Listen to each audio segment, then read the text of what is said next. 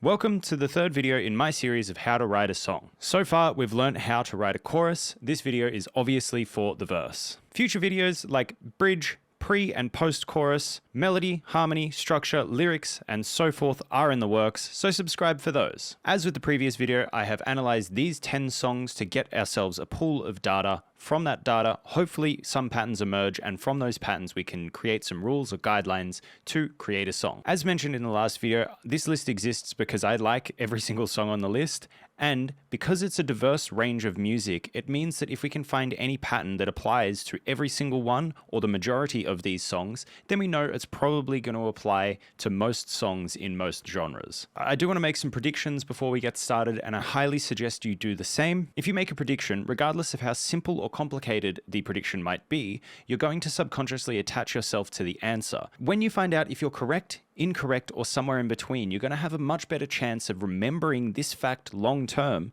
because you're attached to the outcome. So my predictions are as follows. As opposed to choruses, I feel like verses are going to have a lot more words. I also feel like there's going to be a sense of tension throughout every single verse. Whether that comes through more complicated rhythms, darker sounds, or a story that's unfolding, I don't yet know. Harmony. I realize that I've never really thought about this, so I have no idea what to expect. For melody, I think there's going to be a heavy use of stepwise motion. I also believe it's not necessarily going to be as catchy as the chorus, because this is usually the space where we focus on the story, and I believe that there's not going to be as many high points. For rhythm, I feel that it's more likely we're going to have faster rhythms and more use of subdivisions of those rhythms. If your predictions agree or disagree with me, that does not matter. You will know how right or wrong I am by the end of the video, and unless you leave your answer in the comments now, then I will never know what your thoughts are. So let's get this boat sailing with trance. It only takes a couple of verses to start picking out some patterns, and these patterns are confirmed when you listen to the next song and it conforms to that pattern,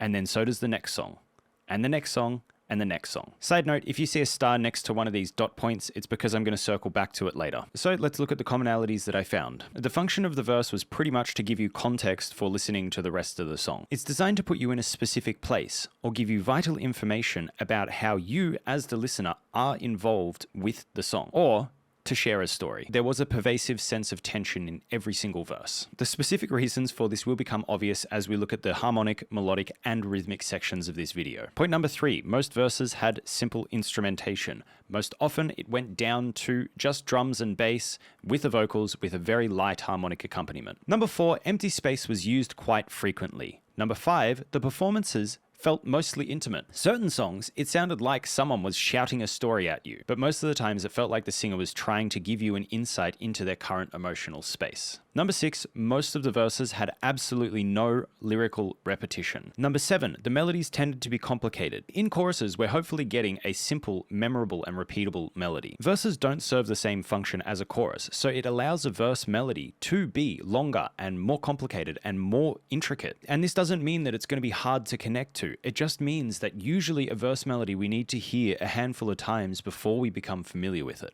There was a general non-specificity in the verses. Some felt like they were basically improvised, and most of them felt like a lot of the lyrical or melodic content could simply be replaced with something else. The song that took this to the greatest extreme was Do I Want to Know by the Arctic Monkeys. That verse is ridiculous. I love it, but it is ridiculous. On to verse 2. 5 of the 10 songs increased in intensity, 3 of the 10 songs stayed exactly the same, and 2 reduced in intensity. And finally, in point 10, new lyrics were always used in verse 2 or 3 or 4. Circling back to point 3, in Duality, The End of Heartache, Do I Want to Know, and Show Me How to Live, the instrumentation didn't actually change at all. It was still a full band playing, but it felt a lot like there was some type of restraint happening with the band. That can mean palm-muted riffs, complicated rhythms, lots of space or simplified ideas. But regardless of their method to approach this, the collective musical intention was one of restraint. It felt held back, it felt like it was building somewhere, as opposed to a chorus where it feels like it's free and it's opened up. Point 5, in Duality, the vocals were basically mumbled at you.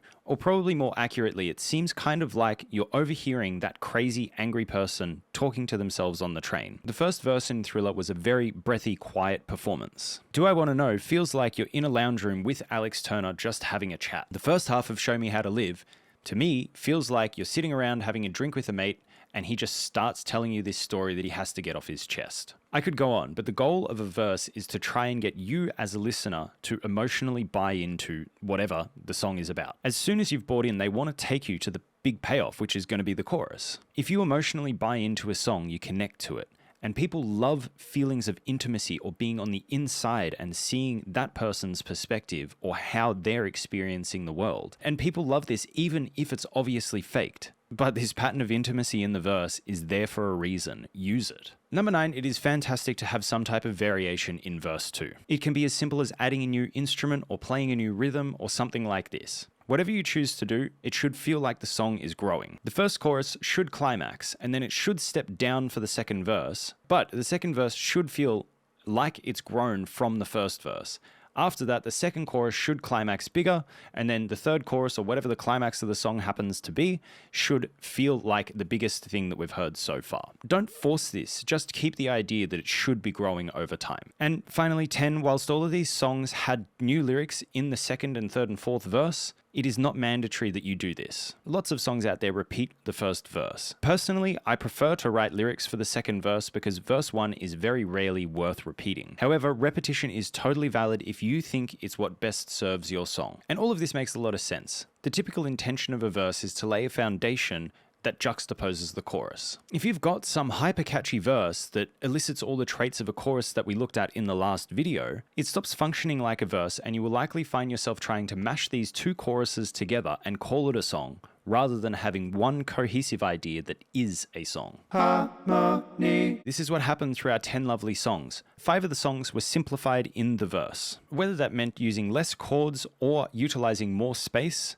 the verse was harmonically less dense than the chorus. 4 of the songs were harmonically identical. There was either no difference whatsoever between the verse and the chorus, or there was such an insignificant change that it's not worth mentioning. And finally, duality being the ever-edgy player in this game, it did make the verses more complicated. In the last video, Thriller and Cats in the Cradle were the most complicated, utilizing things like borrowed chords and parallel minors and whatever else. In the verses, these two songs were massively simplified and only used diatonic chords. For example, Thriller went from a 5-chord idea that had different permutations as it went through the chorus, whereas in the verse it had 2 diatonic chords that it just kind of danced through and there was nothing else harmonically going on. Huge simplification for the most complicated song that we've got in this list. In the chorus video, I told you what the chords were and provided some context for them. In this video, I don't think that's necessary. All you need to know is that whatever chords you've got in your chorus can either be used or simplified in the verse. All you need the harmony to do is to provide space so that you can share more of the story so people understand why they're bothering to listen to this song at all. Melody. There was actually a lot to process in all of these tracks. 6 of the 10 verses used stepwise motion with the occasional leap, 2 of the 10 verses used leapwise motion with the occasional step, and the remaining 2 verses were either rap or functionally rap, being Can't Hold Us and duality. Overall, there was a greater preference for using a full 7-note scale rather than the 5-note pentatonic. Little Lies and Thriller had 3 verses, Cats in the Cradle had 4. These were the only songs that had more than 2 verses. Now, this is a pretty common pattern when you start looking at older or less radio-friendly music. If a song is designed for radio, it's usually only going to have 2 verses. It's very unique if it doesn't. Show Me How to Live was the only melody that exceeded an octave in range. It was also the only melody to utilize the blues scale. It also happened to be the only song that had a B section to the chorus, and it was the only song where the second verse was half the length of the first verse. The first verse being 16 bars, the second verse was 8. Every other song stayed within the confines of 1 octave of their parent scale and repeated the melodic and structural ideas perfectly. I actually found this really interesting. It seems as though from our limited pool of songs that we've got composers that don't really want to experiment within the verse. Which to me, the verse is the place to experiment. Most likely your verse doesn't have the hook or the main money-making section to your track. So why let a verse just be good enough and leave it there? I mean, sure, if it ain't broken, don't fix it. But the verses of 9 of these 10 songs were functionally identical. Go and experiment. When you experiment, throw out the 10 things that don't work and keep those 2 pieces of ear candy. It helps. It makes a huge difference. Another thing that I'd like to point out is duality using a rap verse. This is cool. Rap and metal have been used together a lot over the years. But in our list, the majority of the songs pick their lane and stay to them. Show Me How to Live sounds like a rock song. Cats in the Cradle sounds folky to me, and Levitating sounds like a pop song. Slipknot have picked their metal lane, most definitely, but they've also chosen to just stand inside rap and say, hey, this is metal as well, and then follow the conventions of an entirely different genre. More people should do this. I love it. Rhythm. Most of the rhythms in the verses were pretty damn straightforward. Once the groove of the track had been set up, all of the songs adhered to some type of rhythm that could be broken down into 16th note subdivisions. Some were a little slower with 8th notes, but syncopation was the name of the game here. We want to get a lot of story out in a short amount of time. We might as well speak faster. But everyone did use the opportunity to sing. There was never a rigid, I have to meet these rhythms or it will compromise the song. It was more of an approach of I should meet these rhythms, but some pushing and pulling is encouraged. There are 3 notable songs in this section, first being Do I Wanna Know. This song has what I would call suggestive rhythm. It just feels like you're kind of listening to a guy tell a story that he hasn't properly thought out yet and he doesn't really know where it's going. The interest is maintained because it's so unique. There's levels of accusation and intimacy and loss and dejection. How the hell could you have those things all together and make one cohesive, simple idea? It's not a perfect situation, so it's not going to present itself perfectly. So you slosh around the rhythms and melody until you get something that can actually be believed. The next 2 are Duality and Can't Hold Us. As I've mentioned, these feel like rap verses to me. They are melodically very static, usually just on one note with the occasional variation on that note. However, the rhythms are basically different random groupings of 16th notes. The rhythmic pattern that presents itself comes from the words that are being sung, and as those words change, so does the rhythmic structure. To look at a certain section or a few seconds or whatever of this rhythmic structure, you're going to find that it has a certain pattern. However, the full rhythm tends to be the full verse. So to look at something in isolation is not wise. You've got to look at how it builds and changes and evolves through time. It has to be viewed as a whole rather than in isolation. And I like this because it saves your composition from being stale. Sumari. These are not in any order as just a general idea. Number 1, use the verse to tell a story. Number 2, simplify the instrumentation and harmonic content. Number 3, use this time to invite intimacy with your listener. Don't be afraid of faster rhythms or complicated lyrics. Lean towards non-climactic stepwise motion in your melodies so that you have somewhere to go for your chorus. Number 6, increase energy in verse 2 and verse 3 and verse 4 if you've got those. And number 7, use space creatively. So there you have it. I learned a lot in the making of this video. I've been writing music for over 10 years, and so a lot of this process is actually quite intuitive to me. But diving into successful compositions and seeing exactly what they're doing is useful for me if I want to expand my capacity and skill set as a composer. We've now got a pretty simple set of rules for creating our verse, and with the previous video, we've already got a chorus. Next is a bridge. Please join me for that.